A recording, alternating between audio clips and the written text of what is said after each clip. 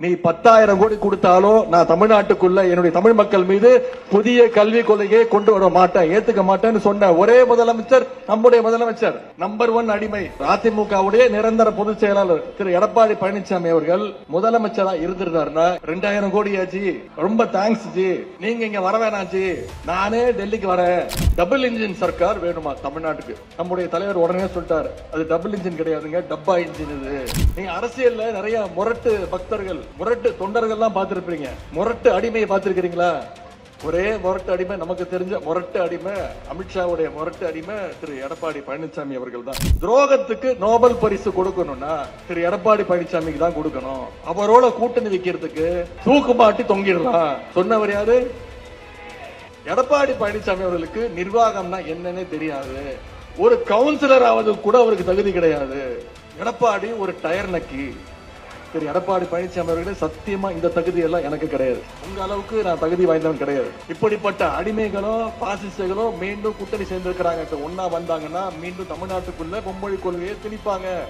இன்றைக்கு மொழிப்போர் தியாகிகளுக்கு வீர வணக்கம் செலுத்துகின்ற இந்த நிகழ்ச்சியில் பங்கேற்று உங்களை எல்லாம் சந்திப்பதில், உங்கள் முன்பே உரையாற்றுவதில் மிகுந்த மகிழ்ச்சி அடைகின்றேன், பெருமை அடைகின்றேன். இன்று காலை கழக தலைவர் அவர்களும், அமைச்சர் பெருமக்கள், சட்டமன்ற உறுப்பினர்கள், அனைத்து கழக நிர்வாகிகளும் மொழிப்போர் தியாகிகள் நடராஜன், தாளமுத்து அவர்களுடைய நினைவிடத்திற்கு சென்று எங்களுடைய அஞ்சலியை செலுத்தி வீர வணக்கம் செலுத்திவிட்டு இன்றைக்கு திருவொற்றியூர் நடக்கக்கூடிய இந்த வீர வணக்க நாள் பொதுக்கூட்டத்திலே நான் பங்கேற்கின்றேன்.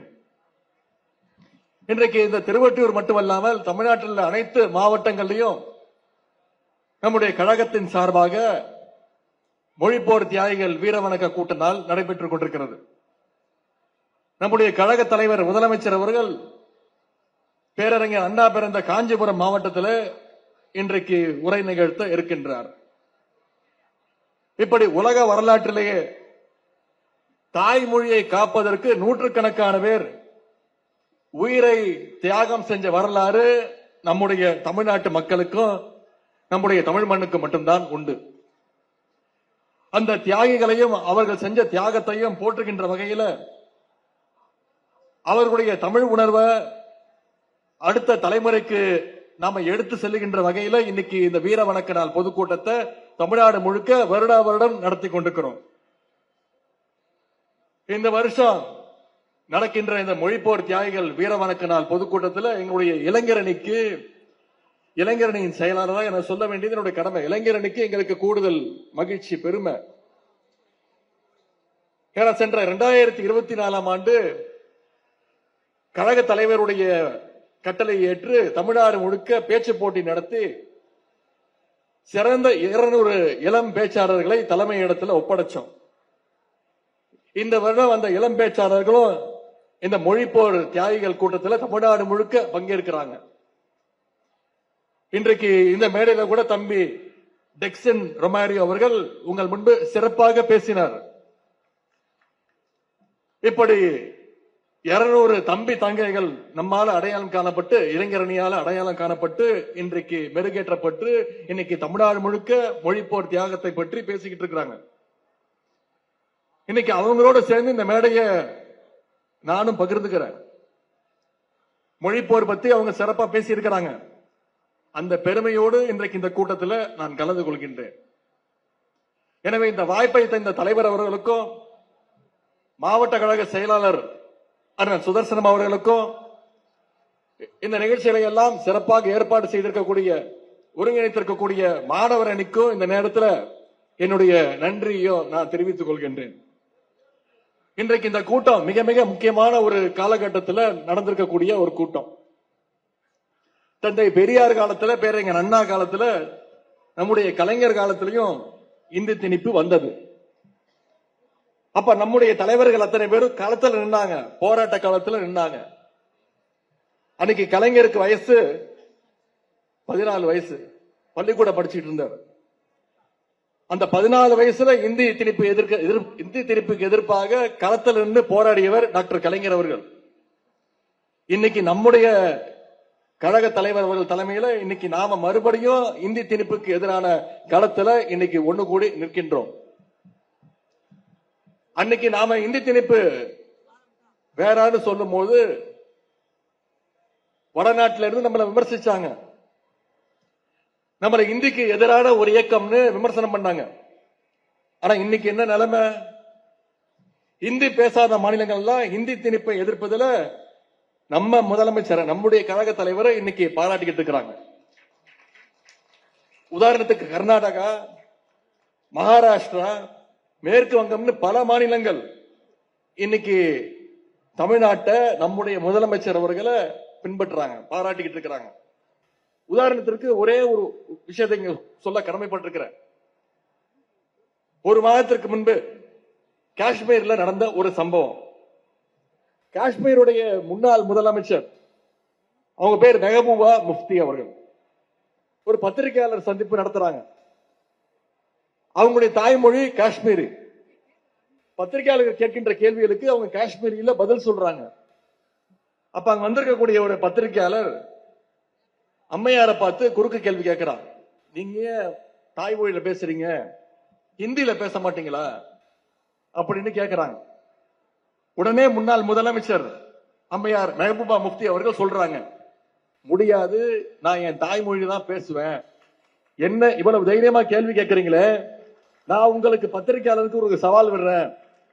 தைரியம் இருந்தா தமிழ்நாட்டுக்கு போய் என்னுடைய சகோதரர் முதலமைச்சரா இருக்கிறாரு, திமுகவுடைய தலைவரை பார்த்து நீங்க தமிழ்நாட்டில் இப்படி ஒரு கேள்வி கேட்க முடியுமா அப்படின்னு காஷ்மீருடைய முன்னாள் முதலமைச்சர் சகோதரி முஃப்தி முகமது அவர்கள் இன்னைக்கு சொல்லி இருக்கிறாங்க. இப்படி மொழி உரிமைன்னு வரும்பொழுது ஒட்டுமொத்த இந்தியாவுக்குமே எடுத்துக்காட்டாக நம்முடைய தமிழ்நாடு விளங்கிக் கொண்டிருக்கிறது. அதனாலதான் இன்னைக்கு ஒன்றிய பாசிச பாஜகவுக்கு இன்னைக்கு தமிழ்நாட்டை பார்த்தாலும், தமிழ்நாட்டு மக்களை பார்த்தாலும், நம்முடைய தலைவரை பார்த்தாலும் கோபம் வருது, பயம் வருது. மும்மொழி கொள்கைன்னு சொல்லி இன்னைக்கு இந்தியை எப்படியாவது தமிழ்நாட்டுக்குள்ள திணிக்க முயற்சி பண்றாங்க. புதிய கல்விக் கொள்கையை கொண்டு வந்தாங்க, மற்ற மாநிலங்கள்லாம் ஏத்துக்குச்சு. தமிழ்நாடு முதலமைச்சர் பார்த்தாரு, புதிய கல்விக் கொள்கையை கொண்டு வந்தா மீண்டும் தமிழ்நாட்டுக்குள்ள இந்திய திணிக்க முயற்சிக்கிறாங்க. குறுக்கு வழியில மீண்டும் சமஸ்கிருதத்தை தமிழ்நாட்டுக்குள்ள முயற்சிக்க செய்யறாங்க. குலக்கல்வி திட்டத்தை மீண்டும் தமிழ்நாட்டுக்குள்ள கொண்டு வர பார்க்கிறாங்கன்னு முதலமைச்சர் அவர்கள் மறுத்தார். ஒன்றிய பள்ளி கல்வித்துறை அமைச்சர் திரு தர்மேந்திர பிரதான் சொன்னார், இந்தியாவில் இருக்கக்கூடிய மற்ற மாநிலங்கள்லாம் ஏத்துக்குச்சு, ஆனா தமிழ்நாடு மட்டும் ஏன் ஏத்துக்க மாட்டேங்குது? தமிழ்நாடு ஏத்துக்கலன்னா ஒன்றிய அரசு தமிழ்நாட்டுக்கு கொடுக்க வேண்டிய வரி பகிர்வு 2500 கோடி தர முடியாது அப்படின்னு சொன்னார் ஒன்றிய பள்ளி கல்வித்துறை அமைச்சர். நம்முடைய முதலமைச்சர் கழக தலைவர் என்ன தெரியுமா சொன்னாரு?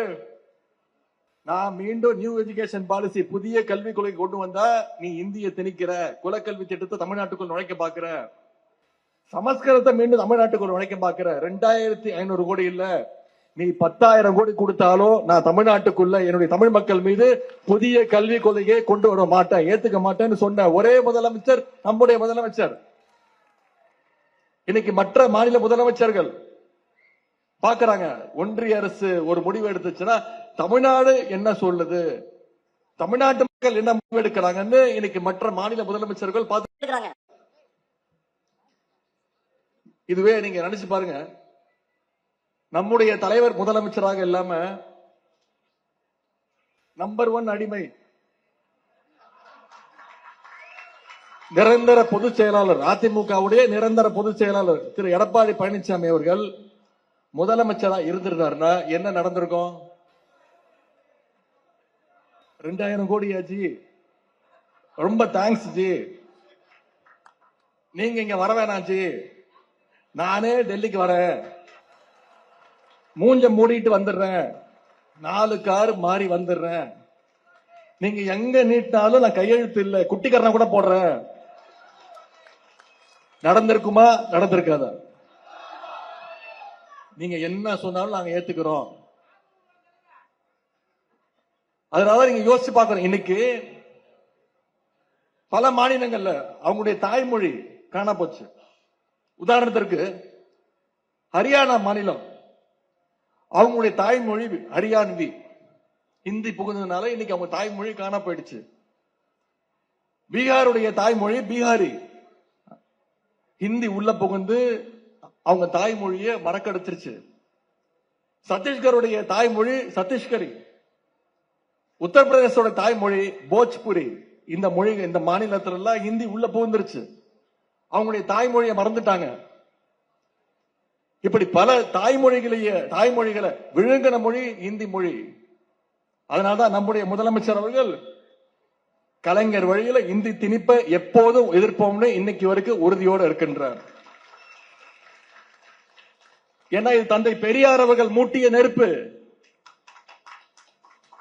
பேரறிஞர் அண்ணாவும் முத்தமிழர் கலைஞர் அவர்களும் வளர்த்தெடுத்த நெருப்பு. நம்முடைய தலைவர் இன்னைக்கு வரைக்கும் காத்து கொண்டிருக்கக்கூடிய நெருப்பு. அந்த நெருப்பு கடைசி தமிழன் இருக்கிற வரைக்கும் பரவிக்கிட்டே தான் இருக்கும். அதனாலதான் இன்னைக்கு தீ பரவட்டும் சொன்னா ஒரு கூட்டத்திற்கு பயம் வருது, எதிர்க்கிறாங்க. இப்ப தேர்தல் வேற நெருங்கிடுச்சு. இன்னும் 3 மாசத்துல தமிழ்நாட்டுக்கு தேர்தல். இனிமே பாஜக தலைவர்கள் ஒன்றன் பின் ஒன்றாக வர ஆரம்பிப்பாங்க. தேர்தல் நேரத்தில் தான் பாஜகவினருக்கு தமிழ்நாட்டுக்கு ரூட் தெரியும். நம்ம மேல பாசம் அதிகமாகும். திருக்குறள் பேசுவாங்க, பொங்கலுக்கு வாழ்த்து சொல்லுவாங்க. ஆனா தமிழ்நாட்டு மக்களுக்கு தெரியும் அது வெறும் டிராமா, நடக்காது. தமிழ்நாட்டு மக்களை ஏமாற்ற முடியாது. இதே பிரதமர் 2 வருடங்களுக்கு முன்பு, 1.5 வருடங்களுக்கு முன்பு பீகார் தேர்தலில் பிரச்சாரத்தில் போய் கலந்து கொண்டு ஒன்றிய பிரதமர் திரு நரேந்திர மோடி அவர்கள் பேசினாரு. பீகார்ல, ஒடிசாவில் பேசினார், மன்னிக்கணும், ஒடிசாவில் தேர்தல் பிரச்சாரத்தை கலந்துக்கிட்டு பேசினாரு. கோவில் சாவிய, அங்க இருக்கக்கூடிய ஒடிசாவில் இருக்கக்கூடிய கோயில் சாவிய ஒரு தமிழர் திருடிட்டு போயிட்டான் அப்படின்னு பேசி தமிழ்நாட்டு மக்களை கொச்சப்படுத்தினவர் நரேந்திர சிங் மோடி அவர்கள்.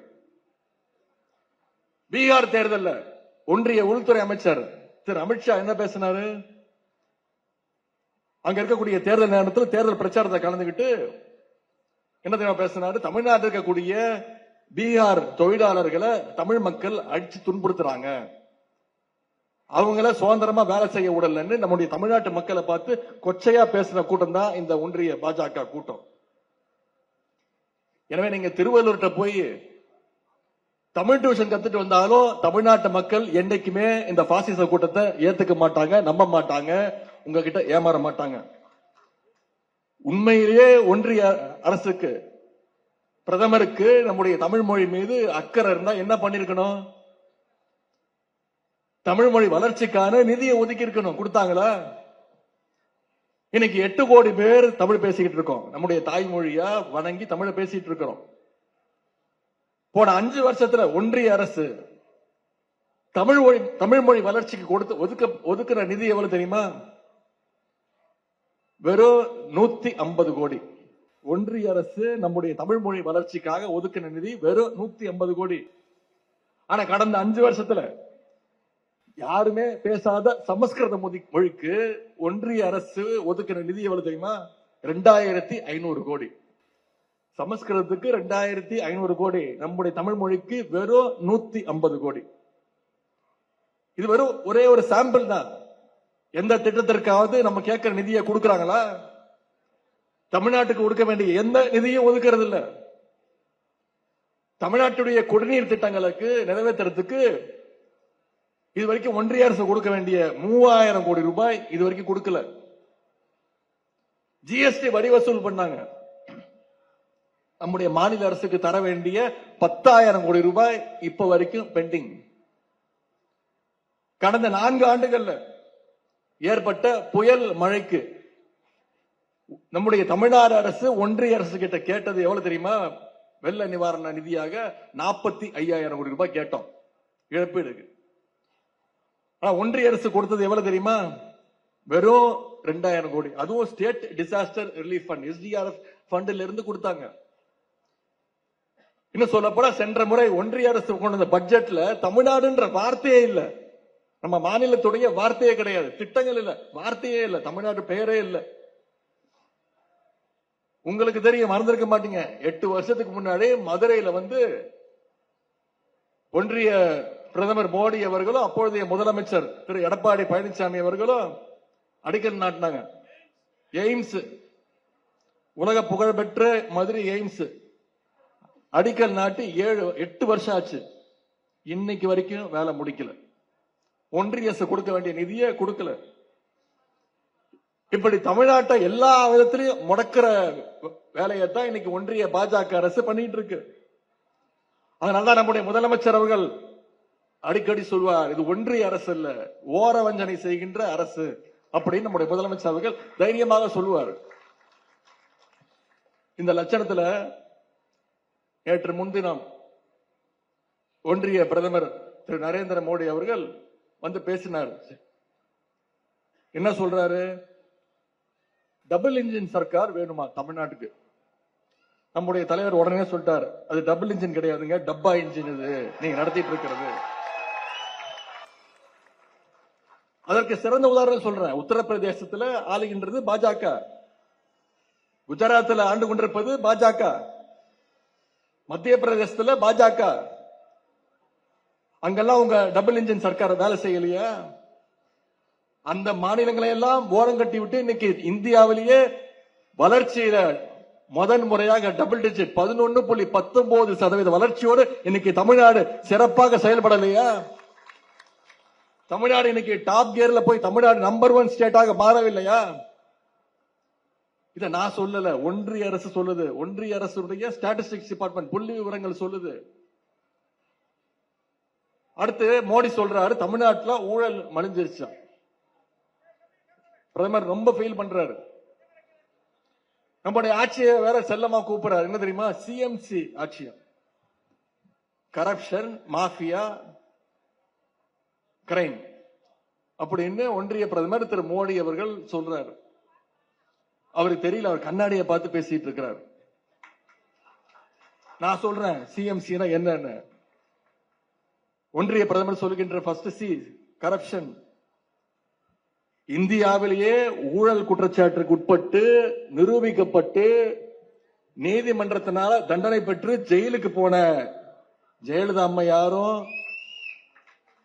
சசிகலா அம்மையாரும் எந்த இயக்கம்? அதிமுக. அவங்களோட கூட்டணி வச்சிருக்கிறது யாரு? இன்னைக்கு பாஜக. இன்னைக்கு அவங்களுடைய வாரிசா எடப்பாடி பழனிசாமி அவர்கள் பல்வேறு ஊழல் வழக்குகளை சந்திச்சுட்டு இருக்கிறாரு. திரு மோடி அவர்களை திரும்பி பாருங்க, அவர் உங்க பின்னாடி உட்கார்ந்து இருக்கிறாரு. அடுத்து மாஃபியாவும் ரெட்டை சின்னத்தை பறிக்கணும்னு டெல்லியில் இருக்கக்கூடிய ஒரு மாஃபியா கிட்ட பணத்தை கொடுத்து ஏமாந்து ஜெயிலுக்கு போய் தண்டனை அனுபவிச்சுட்டு வெளில வந்தது யார் தெரியுமா? திரு தினகரன் அவர்கள். திரு மோடி அவர்கள் திரும்பி பாருங்க, உங்க பக்கத்துல உட்கார்ந்து இருக்கிறார். அடுத்து கிரைம். மருத்துவ கல்லூரிகளுக்கு முறைகேட அனுமதி கொடுத்து இன்னைக்கு சிபிஐ வழக்க மாட்டி சந்திச்சுக்கிட்டு இருக்கக்கூடிய தலைவர் யாரு? திரு அன்புமணி அவர்கள். திரு மோடி அவர்களே திரும்பி பாருங்க, உங்க கூட உட்கார்ந்து இருக்கிறார். எனவே நீங்க சொன்ன 3 வார்த்தைக்கு உதாரணம் இருக்கக்கூடிய 3 பேர் உங்க அணியில தான் இருக்கிறாங்க. அது மட்டும் இல்ல, உங்க மாநிலம் குஜராத்தை பாருங்க, நீங்க ஆண்டு கொண்டிருக்கக்கூடிய மாநிலம். சூரத் மாவட்டத்தில் 21 கோடி ரூபாய்க்கு ஒரு வாட்டர் டேங்க் கட்டினாங்க. 2 நாட்களுக்கு முன்பு நீங்க தொலைக்காட்சியில பார்த்திருப்பீங்க, செய்தித்தாளில் பார்த்திருப்பீங்க. 21 கோடி ரூபாய் கட்ட மதிப்பீட்டில் கட்டப்பட்ட ஒரு வாட்டர் டேங்க் இடிஞ்சு உடஞ்சு போச்சு. புதுசு நினைக்கிறீங்களா? ரொம்ப புதுசு. ஏன் தெரியுமா? திறக்க கூட இல்லை. திறக்கிறதுக்கு முன்னாடி இடிஞ்சு விழுந்துருச்சு. எந்த மாநிலம்? குஜராத் மாநிலம். குஜராத்தில் பாஜக அரசால கட்டப்பட்ட 11 பாலங்கள் இடிஞ்சு விழுந்திருக்கு. குஜராத்தில் மோர்பி பாலம், அந்த பாலம் இடிஞ்சு விழுந்ததுல 140 பேர் இறந்திருக்கிறாங்க. இப்படி கட்டுமான பணிகள்ல எந்த அளவுக்கு ஊழல் நடந்திருக்குன்னு யோசிச்சு பாருங்க. அது மட்டுமல்ல, எதிர்கட்சி தலைவர் திரு எடப்பாடி பழனிசாமி அவர்கள் 2 நாள் முன்பு பேசும்பொழுது அவர் சொல்றார், ஒரு அரிய தகவல், புதிய கண்டுபிடிப்பு என்ன தெரியுமா சொல்றாரு? பிரதமர் மோடி அவர்கள் தான் கொரோனாவுக்கு மருந்து கண்டுபிடிச்சாராம். அவரே சிகிச்சையும் கொடுத்தாரா. எப்ப ஏற்பட்ட மருந்தை கண்டுபிடிச்சாருன்னு மத்தனை பேருக்கு தெரியும். திடீர்னு ஒரு நாள் தொலைக்காட்சியில தோன்றி எல்லாரும் வீட்டுக்குள்ள போய் ஒளிஞ்சுக்கோங்க, என்ன நடக்குதுன்னு தெரியல, எல்லாம் ஜாக்கிரதையா இருங்க, யாரையும் பாத்துக்காதீங்கன்னு சொல்லிட்டு 10 நாளைக்கு ஒரு வாட்டி வெளில வந்து வீட்டுல இருக்க தட்டு முட்டு சாமான் வெளில எடுத்து வந்து தட்டுங்க, வீட்டுல விளக்கு இருந்தா புடிங்க, அதை பார்த்து கோவிட் பயந்து ஓடி போயிடுன்னு சொன்ன பிரதமர் தான், ஒன்றிய பிரதமர் தான் திரு நரேந்திர மோடி அவர்கள். நம்முடைய தலைவர் என்ன பண்ணாரு? ஆட்சிக்கு வந்த உடனே கோவிட் வார்டுக்குள்ள போய் ஆய்வு செஞ்ச ஒரே முதலமைச்சர், தைரியமாக போய் மக்களுக்கு தைரியத்தை கொடுத்த முதலமைச்சர் நம்முடைய முதலமைச்சர் அவர்கள். அது மட்டும் இல்ல, ஒன்றிய அரசு கொரோனாவில் கூட கொள்ள அடிச்ச அரசுன்னா அது ஒன்றிய பாஜக அரசு, பிரதமர் மோடி அவர்கள் தான், அவருடைய அரசு தான். PM கேர்ஸ் அப்படின்னு ஒரு நிதி ஆரம்பிச்சாங்க, வாங்க ஆரம்பிச்சாங்க. கோவிடுக்காக மக்கள்கிட்ட வளைச்சு வசூல் பண்ணாங்க. கேட்டா கொரோனா சிகிச்சைக்காக வசூல் பண்றோம்னு சொன்னாங்க. PM கேர்ஸ் ஃபண்ட் போய் பாருங்க. அந்த PM கேர்ஸ் ஃபண்ட்ல இது வரைக்கும் 30,000 கோடி ரூபாய் வரைக்கும் வசூலிச்சிருக்கிறாங்க. ஆனா ஒரு ரூபாய் கூட கொரோனா சிகிச்சைக்காகவோ இல்ல கொரோனா பாதுகாப்புக்காகவோ அந்த பணிகளுக்காகவோ ஒதுக்கவே இல்லை. RTIல கேட்டப்போ இதுக்கும் கொரோனாவுக்கும் சம்பந்தம் கிடையாது, தனியார் நிதி அப்படின்னு சொல்லிட்டாங்க. உச்ச நீதிமன்றத்தை கேட்டுச்சு, அதற்கும் பதில் சொல்ல முடியாது. PM கேர்ஸ் ஃபண்ட் பத்தி எந்த தகவலும் இப்ப வரைக்கும் யாருக்குமே கொடுக்கல. வசூல் பண்ண தொகை 30,000 கோடி ரூபாய். பாஜகவுடைய ஊழல் லட்சணம் ஊருக்கே தெரியும். நம்முடைய முதலமைச்சர் அவர்கள் சொல்லுவார், ஊழலுக்கு ஒரு பல்கலைக்கழகம் கட்டினா அதுக்கு வேந்தர் நம்முடைய பிரதமர் மோடி தான் அப்படின்னு நம்முடைய முதலமைச்சர் அவர்கள் சொல்லுவார். இப்படிப்பட்ட ஒன்றிய பாஜக அரசு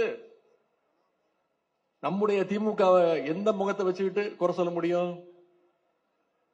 அது மட்டும் இல்ல, இன்னைக்கு பாஜக ஆட்சி இல்லாத கட்சிகள், அவங்க ஆட்சி செய்கின்ற மாநிலங்கள்ல ஆளுநரை வச்சு குறுக்கு வழிகளை எப்படியாவது இடைஞ்சல் கொடுக்கணும்னு பல்வேறு வகையில முயற்சி பண்ணிட்டு இருக்காங்க. 3 நாட்களுக்கு முன்பு நம்முடைய சட்டசபையில என்ன நடந்துச்சு நீங்க அத்தனை பேர் பார்த்திருப்பீங்க. ஆளுநர் திரு RN ரவி அவர்கள் வந்து அரசு தயாரித்து கொடுக்கக்கூடிய அந்த உரையை படிப்பதுதான் மரபு. ஆனா இவர் வந்து என்ன சொல்றாரு? தமிழ்த்தாய் வாழ்த்து பாடக்கூடாது, தேசிய கீதம் பாடணும். ஆளுநர் திரு RN ரவி அவர்களே, எங்களுக்கு தமிழ்த்தாயும் ஒன்றுதான், தேசிய கீதமும் ஒண்ணுதான். இப்படி ஏதாவது ஒரு காரணம் சொல்லிட்டு கடந்த 3 வருடங்களா ஆளுநர் அவர்கள் வாக்கிங் போறதுக்குனே வருவாரு சட்டசபைக்கு. இந்த முறை ஜாகிங் பண்ணிட்டு போயிட்டாரு. எடுத்தேன் ஓட்டம் வரும்பொழுதே போவதற்கு அனைத்தையும் தயார் செஞ்சுட்டு தான் வந்தாரு. அதனால நம்முடைய முதலமைச்சர் அவர்கள் தைரியமா எந்திரிச்சு சொன்னார், இனிமே சட்ட நடவடிக்கை எடுப்போம், சட்டமன்றத்தில் இனிமே ஆளுநர் உரையே தேவையில்லை அப்படின்ற சட்ட நடவடிக்கையே இந்தியாவில் எந்த முதலமைச்சரும் செய்ய துணியாத ஒரு காரியம். எடுப்போன்னு தைரியமா சொன்ன முதலமைச்சர், இதற்கு பெயர் தான் சுயமரியாதை. ஆனா இதற்கும் பாத்தீங்கன்னா எதிர்கட்சி தலைவர் எடப்பாடி பழனிசாமி அவர்கள் ஆளுநருக்கு சப்போர்ட் பண்றாரு. அதனாலதான் நாங்க அடிக்கடி சொல்றோம், அதிமுகனா இப்போ அண்ணா திராவிட முன்னேற்ற கழகம் கிடையாது, அது அமித்ஷா திராவிட முன்னேற்ற கழகமா மாறி பல வருஷம் ஆயிடுச்சு. அதிமுகவுடைய நிரந்தர பொதுச் செயலாளர் எதிர்கட்சி தலைவர் திரு எடப்பாடி பழனிசாமி அவர்கிட்ட போய் கேட்டு பாருங்க, இந்தி திணிப்பை பத்தி ஏதாவது கருத்து சொல்லுங்களேன் அப்படின்னு கேட்டு பார்க்கணும். என்ன சொல்லுவாரு? ஏங்க இந்தியா திணிச்சா என்னங்க, அதனால எங்க கூட்டணிக்கு ஒண்ணும் பிரச்சனை இல்லைங்க. நீங்க அரசியல்ல நிறைய முரட்டு பக்தர்கள், முரட்டு தொண்டர்கள் எல்லாம் பார்த்திருப்பீங்க. முரட்டு அடிமையை பார்த்திருக்கிறீங்களா? ஒரே முரட்டு அடிமை, நமக்கு தெரிஞ்ச முரட்டு அடிமை, அமித்ஷாவுடைய முரட்டு அடிமை திரு எடப்பாடி பழனிசாமி அவர்கள் தான். அது மட்டும் இல்ல, நேற்று முன்தினம் பிரதமரோட பேசிட்டு இருக்கும்போது, பிரதமரோட கூட்டத்தில் பேசும்போது பேசுறாரு, என் பேரை சொல்லி பேசுறாரு, திரு உதயநிதி அவர்கள் துணை முதலமைச்சர் ஆயிட்டாரு, என்ன தகுதி இருக்கு அப்படின்னு திரு எடப்பாடி பழனிசாமி அவர்கள் நேற்று முன்தினம் பேசினார். என் தகுதி இருக்கட்டும், அதுக்கு வருவோம். முதல்ல உங்க தகுதி என்னன்னு உங்க கூட இருக்காங்களே, இப்ப 4 நாளா கூட்டு சேர்ந்து சுத்துறீங்களே, இவங்க எல்லாம் என்னென்ன சொல்லிருக்காங்க தெரியுமா? நான் என்னன்னு மட்டும் சொல்றேன், யார் சொன்னாங்கன்னு நீங்க கண்டுபிடிங்க. துரோகத்துக்கு நோபல் பரிசு கொடுக்கணும்னா திரு எடப்பாடி பழனிசாமிக்கு தான் கொடுக்கணும். அது மட்டும் இல்ல, இன்னொன்னு சொல்லியிருக்கிறாரு, அவரோட கூட்டணி வைக்கிறதுக்கு தூக்கு மாட்டி தொங்கிடலாம். சொன்னவர் யாரு? இன்னொருத்தர் இருக்கிறாரு, சொல்றேன், நீங்க யாரும் கண்டுபிடிங்க.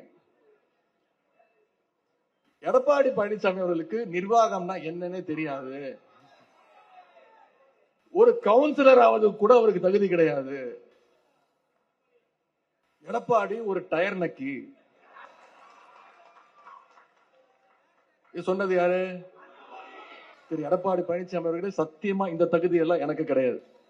உங்க அளவுக்கு நான் தகுதி வாய்ந்தவன் கிடையாது. இது சொன்னது நான் கிடையாது. உங்களோட கூட்டு வச்சுக்க, உங்க கூட சேர்ந்து சுத்துற உங்களுடைய கூட்டணி கட்சி தலைவர்கள் தான். இப்படிப்பட்ட அடிமைகளோ பாசிஸ்டுகளோ மீண்டும் கூட்டணி சேர்ந்திருக்கிறாங்க. ஒன்னா வந்தாங்கன்னா மீண்டும் தமிழ்நாட்டுக்குள்ள மும்மொழி கொள்கையை திணிப்பாங்க, நிதி உரிமையை அதிகமா பறிப்பாங்க. ஆகவே இதையெல்லாம் தடுக்க வேண்டிய பொறுப்பு தமிழ்நாட்டு மக்களுக்கு இருக்கு. அதை விட ஒவ்வொரு கழக உடன்பிறப்புகள் நமக்கும் இருக்கு. கருப்பு சிவப்பு வேஷ்டி கட்டின கடைசி கலைஞருடைய உடன்பிறப்புகள் நம்ம அத்தனை பேருக்கும் இந்த பொறுப்பு இருக்கு. இந்தி திணிப்பு இல்ல, எந்த திணிப்போ தமிழ்நாட்டுக்குள்ள நாங்க அனுமதிக்க மாட்டோம். இந்த நேரத்தில் ஒரே ஒரு விஷயத்தை சொல்லி என்னுடைய உரையை நான் முடிச்சுக்கிறேன். 1960களில் டெல்லியிலிருந்து வந்த ஒரு ஆங்கில பத்திரிகை, அதுல ஒரு தலையங்க எழுதுறாங்க, தமிழ்நாட்டில் திமுக வேகமா வளர்ந்து வருது. தமிழ்நாட்டில் திமுக வேகமா வளர்ந்து வர்றது மிக மிக ஆபத்தானதுன்னு டெல்லியில இருந்து வர்ற ஒரு ஆங்கில பத்திரிகை. அதை படிச்சுட்டு நம்முடைய கழகத்தினர் மிகுந்த கோபம் அடைஞ்சாங்க. அண்ணாட்ட போய் சொன்னாங்க. அதற்கு அண்ணா பதில் சொன்னார், ஆமா உண்மைதான், திமுக வளர்றது ஆபத்து தான், நிச்சயம் ஆபத்து தான். ஆனா அது யாருக்கு ஆபத்துங்கிறது மிக மிக முக்கியம். அதை பாருங்க, இந்திய திணிக்க நினைப்பவர்களுக்கு நிச்சயம் திமுக ஒரு ஆபத்து தான். தமிழ்நாட்டை சுரண்டலாம் நினைக்கிற பாசிஸ்டுகளுக்கு தமிழ்நாடு திமுக என்னைக்குமே ஆபத்து தான். மாநில உரிமைகளை பறிக்கலாம் நினைப்பவர்களுக்கு திமுகவால நிச்சயம் ஆபத்து தான் அப்படின்னு அன்னைக்கு அண்ணா சொன்னார். இன்னைக்கும் அண்ணா சொன்னது பொருந்தும், தமிழ்நாட்டுக்கு பொருந்தும். ஏன்னா மும்மொழி கொள்கையினை இந்திய திணிக்கிற பாசிஸ்டுகளுக்கு இன்னைக்கும் திமுக தான் ஆபத்தான கட்சி. நம்முடைய தமிழ் பண்பாட்டை, ஒற்றுமையை, நல்லிணக்கத்தை அழிக்க நினைக்கின்ற பாஜகவுக்கு என்னைக்குமே திமுக ஆபத்தான ஒரு கட்சி தான். இதுல எந்த மாற்றமும் என்பதை சொல்லி பாசிஸ்டுகள் அவங்களோட சேர்ந்திருக்கக்கூடிய அடிமைகளை மீண்டும் வீட்டுக்கு அனுப்ப வேண்டும். தலைவர் அவர்கள் நமக்கு ஒரு டார்கெட் கொடுத்திருக்கிறார். வெல்வோம் 200, படைப்போம் வரலாறு 200 டார்கெட். ஆனா கழக உடன்பிறப்புகள் அடுத்த 3 மாத காலம் 80 நாள் களத்துல இறங்கி நம்முடைய பிரச்சாரத்தை கவனமா செஞ்சோம்னா 200 அல்ல 200க்கும் அதிகமான தொகுதிகள்ல நம்முடைய தலைவர் அவர்கள் திராவிட முன்னேற்ற கழகம் நிச்சயம் ஜெயிக்கும். திராவிட மாடல் அரசுடைய 5 ஆண்டு சாதனைகளை விஞ்சுற அளவுக்கு திராவிட மாடல் 2.2 ஆட்சி நிச்சயமாக அமையும். தமிழ்நாட்டு மக்கள் முடிவு பண்ணிட்டாங்க. இதை மனசுல வச்சு அடுத்த 80 நாட்கள் நம்ம களப்பணி ஆற்றுவோம். நம்முடைய முதலமைச்சர் அவர்கள் நேற்று முன்தினம் சட்டசபையில சொன்னது போல நாம தான் மீண்டும் வருவோம், நாம தான் மீண்டும் மீண்டும் வருவோம், நாம தான் தேர்தல் களத்தில் வெல்வோம், நாம தான் மீண்டும் மீண்டும் வெல்வோம்னு சொல்லி நம்முடைய மொழிப்போர் தியாகிகளுக்கு என்னுடைய வீர வணக்கத்தை செலுத்தி இந்த சிறப்பான வாய்ப்பை ஏற்படுத்தி கொடுத்த மாவட்ட கழக செயலாளர்களுக்கும் வந்திருந்த அனைத்து கழகத்துடைய உடன்பிறப்புகள் அத்தனை பேருக்கும் மீண்டும் என்னுடைய நன்றியை சொல்லி வாய்ப்புக்கு நன்றி கூறி விடைபெறுகின்றேன். நன்றி, வணக்கம்.